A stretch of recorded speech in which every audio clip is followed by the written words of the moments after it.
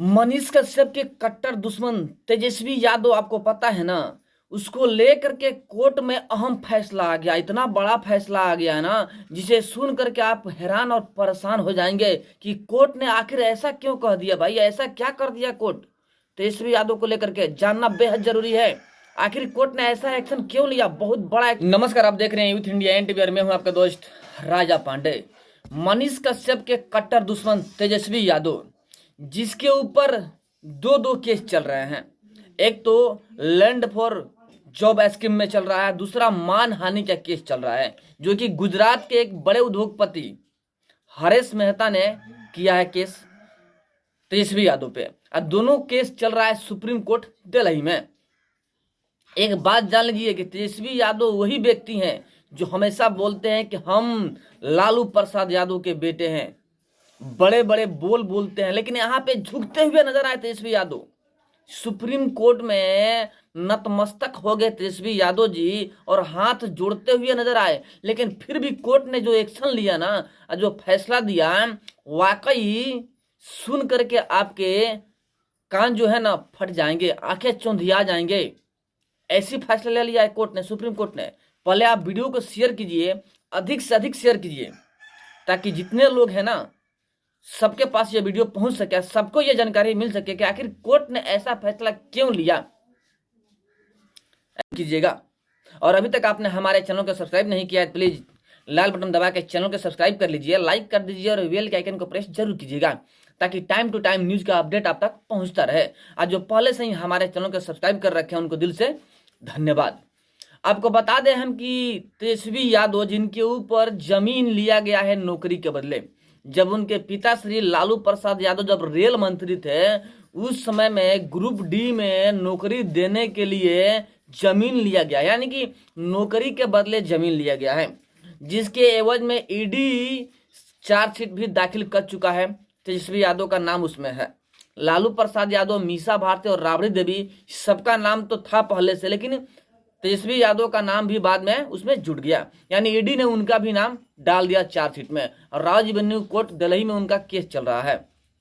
और एक केस है मानहानि का, जो कि गुजरात का एक बड़े उद्योगपति हरेश मेहता ने केस किया है।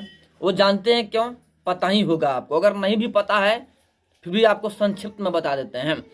लालू प्रसाद यादव के बेटा, बिहार के डिप्टी सीएम तेजस्वी यादव ने कहा था कि आज के दौर में गुजराती ही ठग हो सकते हैं। देखिए, किसी एक व्यक्ति को टारगेट करते करते पूरे गुजरात को टारगेट कर दिया इन्होंने, पूरे गुजरात को ठग बोल दिया। देखिए, पूरे गुजरात को ठग बोलने की क्या जरूरत थी भाई। आप नेता हैं, नेता बन के रहिए। एक व्यक्ति को टारगेट करते हुए, बीजेपी को टारगेट करते करते पूरे गुजरात को टारगेट कर दिए, पूरे गुजरात को ठग बता दिए।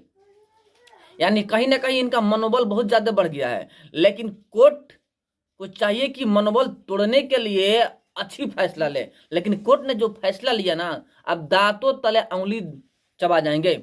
ऐसा फैसला कोर्ट ले लिया है। कोर्ट में आखिरकार ऐसा बार बार क्यों होता है। कोई बड़ी हस्ती हो, बड़ा नेता हो, बड़ा पूंजीपति हो, बड़ा पैसा वाला हो, उसको लेकर के कोर्ट का रवैया कुछ और होता है। लेकिन कोई आम पब्लिक हो, गरीब घर का हो, उसके लेकर के कोर्ट में रवैया कुछ और होता है। एक तरफ तेजस्वी यादव जी सुप्रीम कोर्ट में अपना केस के लिए बोले हैं कि हमारी केस गुजरात से हटा के सुप्रीम कोर्ट में कर दिया जाए या फिर बिहार में कर दिया जाए, और उसी का सुनवाई चल रहा है।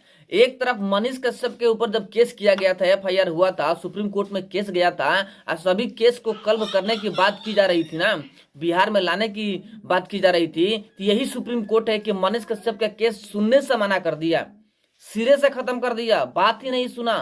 आखिर क्यों भाई, मनीष कश्यप भी तो इंसान ही थे ना, लेकिन उनका केस का सुनवाई नहीं हुआ। लेकिन तेजस्वी यादव के केस का सुनवाई बार बार हो रहा है। आज जानते हैं जो केस हुआ है ना मानहानि का, उस पर कोर्ट कौन सा फैसला लिया है। कोर्ट बोला है कि भाई तेजस्वी यादव ने तो माफी मांग लिया है, तो फिर आप केस के पीछे क्यों पड़े हैं। यानी कि जो केस किया है ना हरीश मेहता, उनके ऊपर कार्रवाई करते हुए नजर आई कोर्ट। कोर्ट ने कहा है कि आप केस वापस क्यों नहीं ले रहे हैं, जब तेजस्वी यादव जी ने माफी मांग ही लिया। यानी देखिए, आप किसी को गाली दे दीजिए और माफी मांग लीजिए, बात खत्म।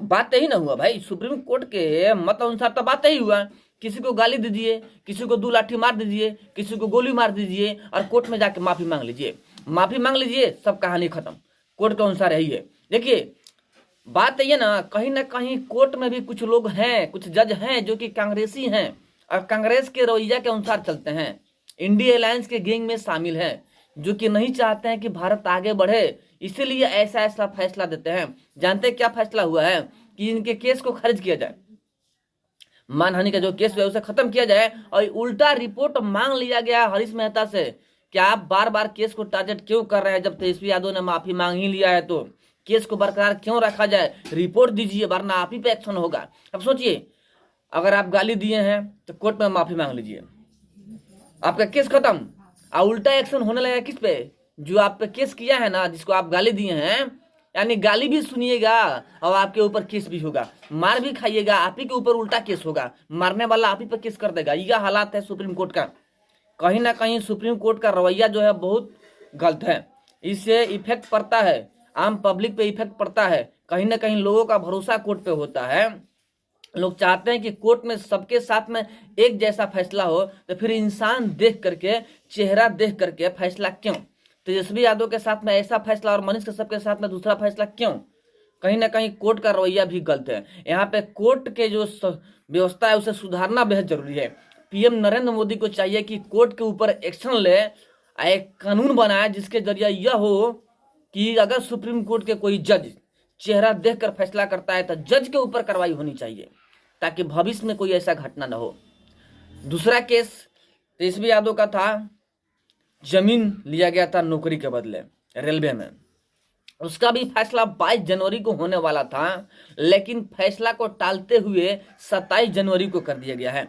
27 जनवरी को ये भी हो सकता है, लेकिन देखिए यहाँ पे ईडी है भाई साहब, ईडी तो ऐसे बकसने वाला नहीं है, क्योंकि ईडी के पास वो सारी के सारी सबूत इकट्ठा हो चुकी है जो कि लैंड फॉर जॉब स्कीम में शामिल है। यानी जमीन जो लिया गया है ना जिनसे, वो सभी लोग गवाही देने को तैयार हैं, सभी के सभी लोग, सभी के ऊपर ईडी का वार धक्का चल रहा है। ईडी बकसने वाला नहीं है, ईडी तो अंदर डालेगा तेजस्वी यादव को, भले ही गुजरात वाले केस में तेजस्वी यादव को सफलता मिल जाए, बरी हो जाए, लेकिन जो ईडी का वार है ना, जो नौकरी का बदला जमीन लिया गया है, उसमें कहीं ना कहीं बख्शिश होने वाला नहीं है, क्योंकि ईडी किसी के नहीं है, सेंट्रल से चलता है ईडी, और ईडी वही फैसला लेता है जो सही होता है।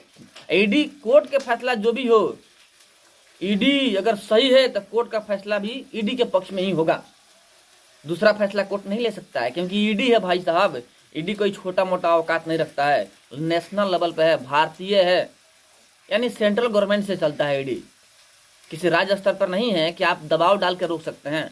लेकिन बात यही है कि हाँ, उनका जो दस्तावेज है तेजस्वी यादव के लिए वो सब के सब रखा हुआ है, एक अच्छे जगह पर रखा गया है, गुप्त जगह पर रखा गया है, जहां से कि पेश हो सके कोर्ट में। 27 जनवरी को पेशी है, 27 जनवरी को मीसा भारती, लालू यादव और तेजस्वी यादव, राबड़ी देवी, सभी के सभी राव जीवनु कोर्ट में जाएंगे और वहां पर केस का सुनवाई होगा। और ऐसा भी किया जा रहा है कि ईडी का तलवार लटका हुआ है, किसी भी वक्त इनके हाथ में लग सकता है, यानी तलवार लटक सकता है तेजस्वी यादव के हाथ में। अगर ऐसा हो गया, ईडी का तलवार लटक गया तेजस्वी यादव का हाथ में, तो फिर जो मुख्यमंत्री का सपना है ना, बनने से पहले चूर चूर। ऐसे भी तो मुख्यमंत्री बनने वाले हैं नहीं तेजस्वी यादव, क्योंकि पब्लिक सपोर्ट करेगी नहीं, लेकिन ऐसे भी अगर तलवार लटक गया ना, अगर जेल चले गए ना, तो फिर बल्ले बल्ले, जैसे कि लालू प्रसाद यादव का भविष्य खराब हो गया ना, वैसे ही तेजस्वी यादव का भविष्य बनने से पहले खराब हो जाएगा, यानी राजनीतिक करियर चौपट, खत्म कहानी, ये हालात है। बट 27 तारीख को क्या होगा, जैसे भी हमको इन्फॉर्मेशन मिलेगा सबसे पहले आप तक पहुंचाने की कोशिश करेंगे हम। चलिए, वीडियो देखने के लिए धन्यवाद, फिर मिलते हैं आपसे हम बड़े अपडेट और बड़े न्यूज़ के साथ में, तब तक के लिए जय हिंद,